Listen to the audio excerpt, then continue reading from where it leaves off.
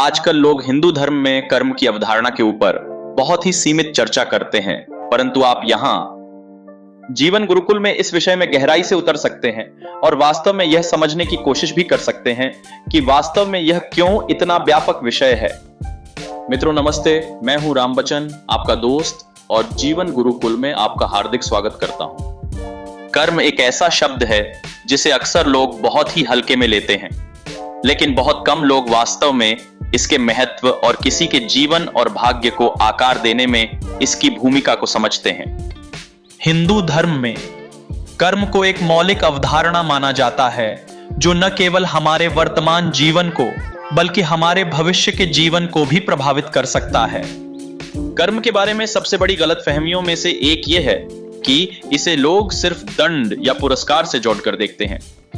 बहुत से लोग मानते हैं कि अगर वे अच्छा करते हैं तो उन्हें पुरस्कृत किया जाएगा और अगर वे बुरा करते हैं तो उन्हें दंडित किया जाएगा, लेकिन यह सीमित समझ सच्चाई से कोसों दूर है। कर्म को अक्सर ब्रह्मांडीय न्याय की एक प्रणाली के रूप में गलत समझा जाता है, जहां ब्रह्मांड हमारे कार्यों को समान और विपरीत प्रतिक्रियाओं के साथ संतुलित करना चाहता है। लेकिन यह दृष्टिकोण अवधारणा की जटिलता और गहराई को कम करता है। एक और आम गलतफहमी यह है कि लोग कर्म को केवल व्यक्तिगत कार्यों के दायरे तक ही सीमित रखते हैं। हम अक्सर सोचते हैं कि अगर हम कुछ अच्छा करते हैं, जैसे किसी जरूरतमंद की मदद करना, तो हम अच्छे कर्म अर्जित करेंगे, और अगर हम कुछ बुरा करते हैं, जैसे किसी को चोट पहुंचाना, तो हम बुरे कर्म अर्जित करेंगे। लेकिन उन कार्यों के पीछे के इरादों के बारे में क्या? उन प्रेरणाओं और इच्छाओं के बारे में क्या जो हमें एक निश्चित तरीके से कार्य करने के लिए प्रेरित करती हैं? इसके अलावा बहुत से लोग मानते हैं कि कर्म केवल हमारे कार्यों के परिणामों के बारे में है, जबकि वे उन कार्यों की जड़ों पर विचार नहीं करते।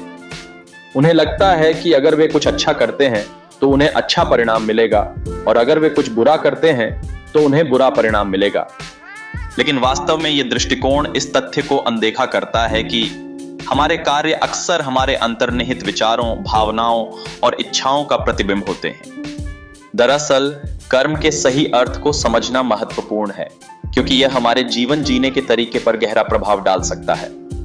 अगर हम सोचते हैं कि कर्म केवल पुरस्कार या दंड के बारे में है, तो हम केवल व्यक्तिगत लाभ के लिए या दंड से बचने के लिए अच्छे कर्म करने के लिए प्रेरित हो सकते हैं। लेकिन अगर हम समझते हैं कि कर्म व्यक्तिगत विकास, आत्म प्रतिबिंब और आध्यात्मिक विकास के बारे में है, तो हम सही कारणों से अपने जीवन में सकारात्मक बदलाव करने के लिए प्रेरित होंगे। कर्म की अवधारणा की जड़ें प्राचीन हिंदू शास्त्रों, विशेष रूप से उपनिषदों और भगवत गीता में हैं।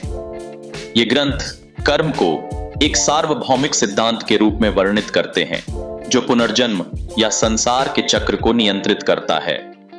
इस सिद्धांत के अनुसार प्रत्येक क्रिया, विचार या भावना कारणों और प्रभावों की एक श्रृंखला को गति प्रदान करती है, जो हमारे भविष्य के जीवन को प्रभावित कर सकती है।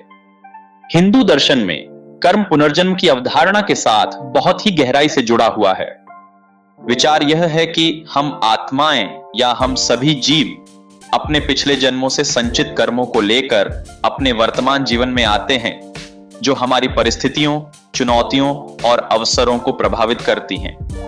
यह दृष्टिकोण कर्म की अवधारणा में जटिलता की एक परत जोड़ता है, यह सुझाव देते हुए कि इस जीवन में हमारे कार्यों के दूरगामी परिणाम हो सकते हैं, जो हमारे वर्तमान जीवन काल से परे हैं।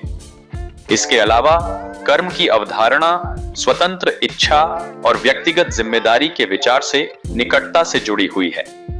अगर हम मानते हैं कि हमारे कार्यों के परिणाम होते हैं, तो हम अपने विकल्पों की जिम्मेदारी लेने और अपने जीवन में सकारात्मक बदलाव लाने का प्रयास करने की अधिक संभावना रखते हैं। यह दृष्टिकोण हमें अपनी प्रेरणाओं, इच्छाओं और मूल्यों पर विचार करने और उन्हें अपने कार्यों के साथ संरेखित या समायोजित करने के लिए प्रोत्साहित करता है। कर्म के बारे में सबसे परिवर्तनकारी अंतर्दृष्टि में से एक यह है कि यह केवल हमारे कार्यों के बारे में नहीं है, बल्कि हमारे इरादों के बारे में भी है। इसका मतलब यह है कि भले ही हम कुछ अच्छा कर रहे हों, लेकिन यदि हमारी प्रेरणाएं स्वार्थी या अशुद्ध हों, तो हम अपेक्षित लाभ नहीं पा सकते हैं। दूसरी ओर, अगर हम सही इरादों के साथ कुछ करते हैं, भले ही वह बाहरी रूप से सफल न हो, फिर भी हम सकारात्मक परिणामों का अनुभव करेंगे। कर्म की यह गहरी समझ जीवन के प्रति हमारे दृष्टिकोण को बदल सकती है।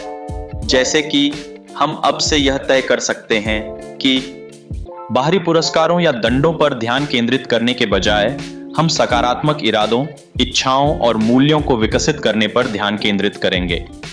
हम खुद के बेहतर संस्करण बनने का प्रयास करेंगे, न केवल किसी बाहरी लक्ष्य को प्राप्त करने के लिए, बल्कि इसलिए कि यही जीवन का सच्चा कर्म है और इसी को अपनाकर हमें जीवन में सही परिणाम भी मिलेंगे।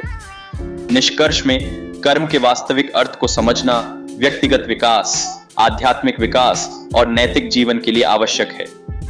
यह पहचान कर कि कर्म केवल पुरस्कार या दंड से कहीं अधिक है, हम जिम्मेदारी, आत्म जागरूकता और करुणा की गहरी भावना विकसित कर सकते हैं। देखने के लिए धन्यवाद और मुझे नीचे कमेंट्स में कर्म पर आपके विचार सुनना अच्छा लगेगा। यदि आप हिंदू दर्शन के बारे में अधिक जानने में रुचि रखते हैं तो इस विषय पर मेरे अन्य वीडियो भी अवश्य देखें। मित्रों, वीडियो को लाइक करें, शेयर करें और चैनल को सब्सक्राइब करें। वीडियो में यहां तक बने रहने के लिए आपका बहुत बहुत धन्यवाद।